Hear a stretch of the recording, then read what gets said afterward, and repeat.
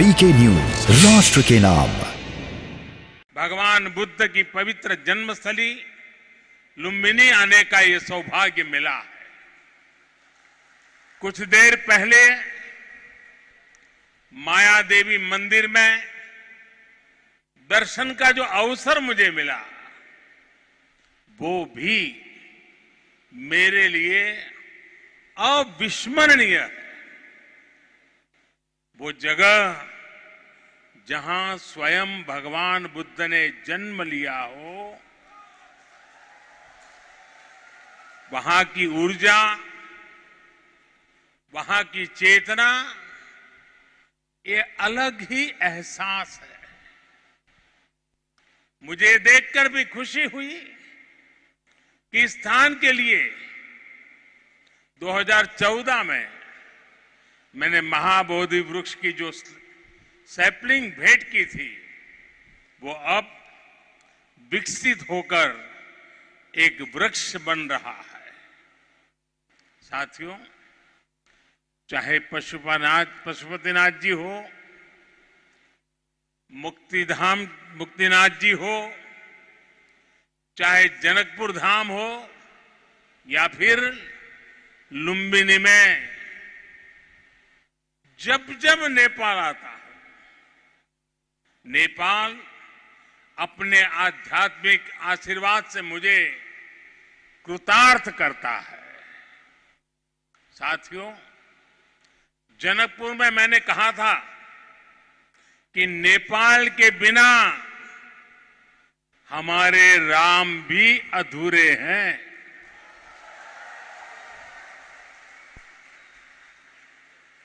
मुझे पता है कि आज जब भारत में भगवान श्री राम का भव्य मंदिर बन रहा है, तो नेपाल के लोग भी उतना ही खुशी महसूस कर रहे हैं। साथियों, नेपाल यानी दुनिया के सबसे ऊंचे पर्वत सागर माथा का देश।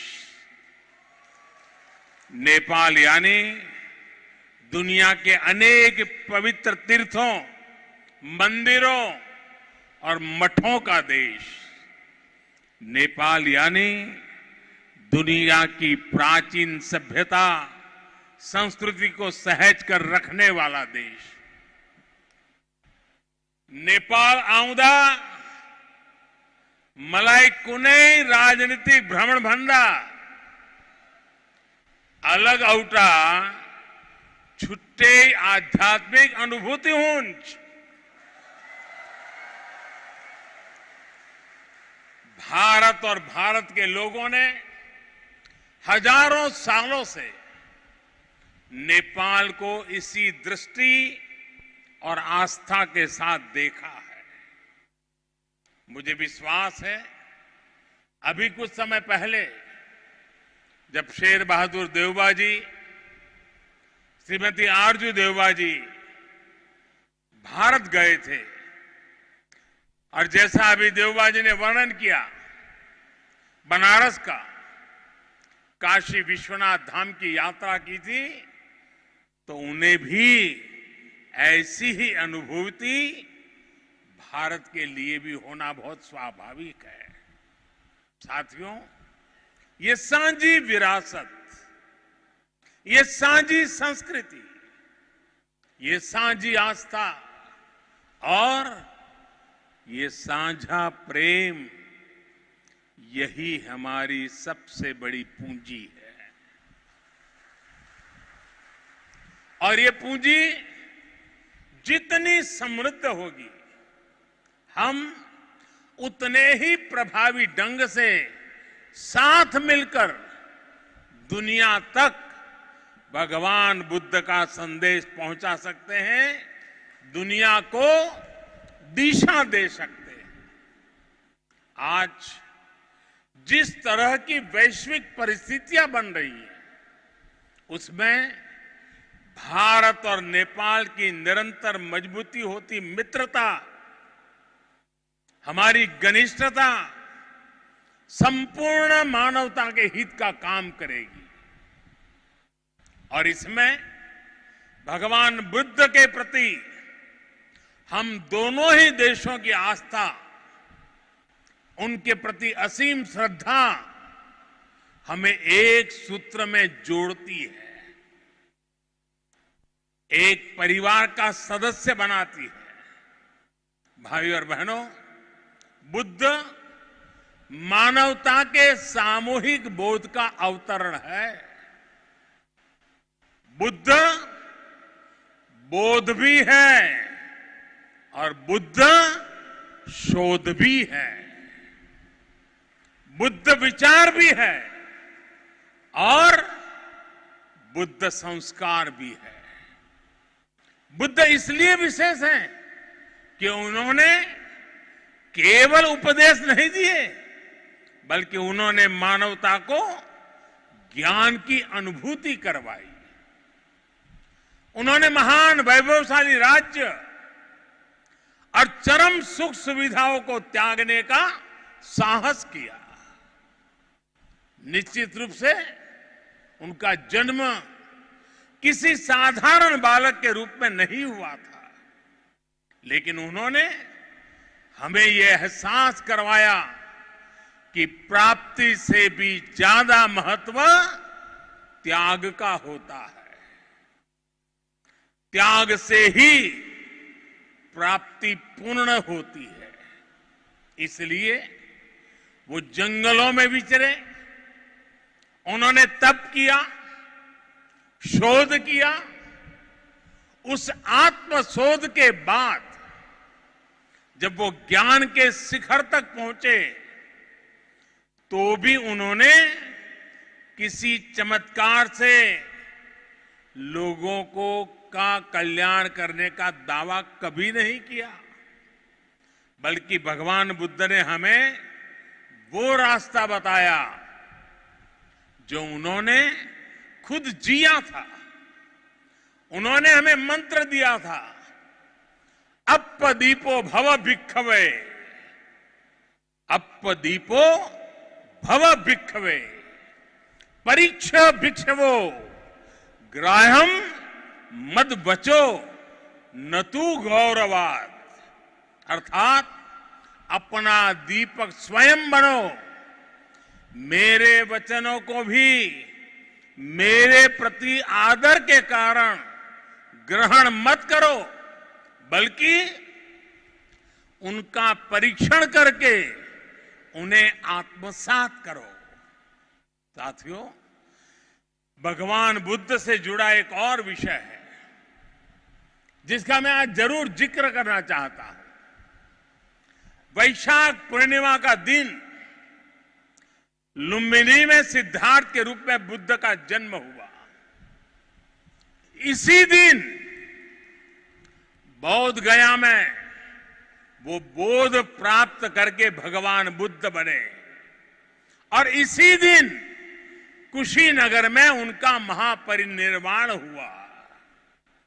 एक ही तिथि, एक ही वैशाख पूर्णिमा पर भगवान बुद्ध की जीवन यात्रा के ये पड़ाव केवल संयोग मात्र नहीं था, इसमें बुद्धत्व का वो दार्शनिक संदेश भी है जिसमें जीवन, ज्ञान और निर्वाण तीनों एक साथ है, तीनों एक साथ जुड़े हैं। यही मानवीय जीवन की पूर्णता है और संभवतः इसीलिए भगवान बुद्ध ने पूर्णिमा की इस पवित्र तिथि को चुना होगा। जब हम मानवीय जीवन को इस पूर्णता में देखने लगते हैं तो विभाजन और भेदभाव के लिए कोई जगह नहीं बचती।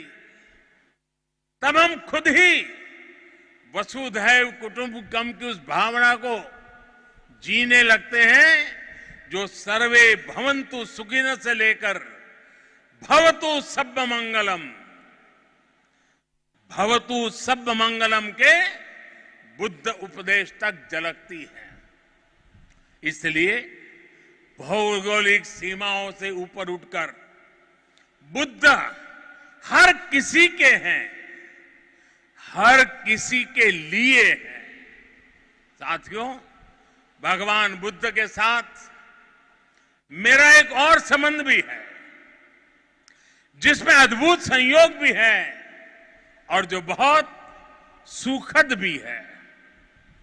जिस स्थान पर मेरा जन्म हुआ, गुजरात का वडनगर, वहां सदियों पहले बौद्ध शिक्षा का बहुत बड़ा केंद्र था। आज भी वहां प्राचीन अवशेष निकल रहे हैं, जिनके संरक्षण का काम जारी है। और हम तो जानते हैं, हिंदुस्तान में कई नगर ऐसे हैं, कई शहर, कई स्थान ऐसे हैं जिसको लोग बड़े गर्व के साथ उस राज्य के काशी के रूप में जानते हैं। भारत की विशेषता रही है और इसलिए काशी के समीप सारनाथ में मेरी आत्मीयता आप भी जानते हैं। भारत में सारनाथ, बोध गया और कुशीनगर से लेकर नेपाल में लुम्बिनी तक ये पवित्र स्थान हमारी सांझी विरासत और सांझे मूल्यों का प्रतीक है। हमें इस विरासत को साथ मिलकर विकसित करना है और आगे समृद्ध भी करना है। अभी हम दोनों देशों के प्रधानमंत्रियों ने यहां India international centre for Buddhist culture and heritage का शिलान्यास भी किया है। इसका निर्माण international Buddhist confederation of India द्वारा किया जाएगा। हमारे सहयोग के इस दशकों पुराने सपने को साकार करने में प्रधानमंत्री देवबा जी ने उनका अहम योगदान है। लुम्बिनी डेवलपमेंट ट्रस्ट के अध्यक्ष के रूप में उन्होंने इंटरनेशनल बुद्धिस्ट कॉन्फेडरेशन को इसके लिए जमीन देने का निर्णय लिया था और अब इस प्रोजेक्ट को पूरा करने में भी उनकी ओर से पूरा सहयोग किया जा रहा है। इसके लिए हम सभी हृदय से उनके आभारी हैं। मुझे खुशी है कि नेपाल सरकार बुद्ध सर्किट और लुम्बिनी के विकास के सभी प्रयासों को सहयोग दे रही है, विकास की सभी संभावनाओं को भी साकार कर रही है। नेपाल में लुम्बिनी म्यूजियम का निर्माण भी दोनों देशों के साझा सहयोग का उदाहरण है और आज हमने लुम्बिनी बुद्धिस्ट यूनिवर्सिटी में doctor Baba Saheb Ambedkar chair for Buddhist studies स्थापित करने का भी निर्णय लिया। साथियों, भारत और नेपाल के अनेक तीर्थों ने सदियों से सभ्यता, संस्कृति और ज्ञान की विशाल परंपरा को गति दी है। आज भी इन तीर्थों में पूरी दुनिया से लाखों श्रद्धालु हर साल आते हैं। हमें भविष्य में अपने इन प्रयासों को और गति देनी होगी। हमारी सरकारों ने भैरवा और सोनौली में इंटीग्रेटेड चेक पोस्ट बनाने जैसे फैसले भी लिए हैं। इसका काम भी शुरू हो गया है। ये पोस्ट बनने के बाद बॉर्डर पर लोगों के आवागमन के लिए सुविधा बढ़ेगी। भारत आने वाले इंटरनेशनल टूरिस्ट ज्यादा आसानी से नेपाल आ सकेंगे। साथ ही इससे व्यापार और जरूरी चीजों के ट्रांसपोर्टेशन को भी गति मिलेगी। भारत और नेपाल दोनों ही देशों के बीच मिलकर के काम करने के लिए ऐसी अपार संभावनाएं हैं। हमारे इन प्रयासों का लाभ दोनों देशों के नागरिकों को मिलेगा। साथियों, भारत और नेपाल बीच को संबंध हिमालय जस्ते अटल छे। हिमालय जति के पुरानो छे।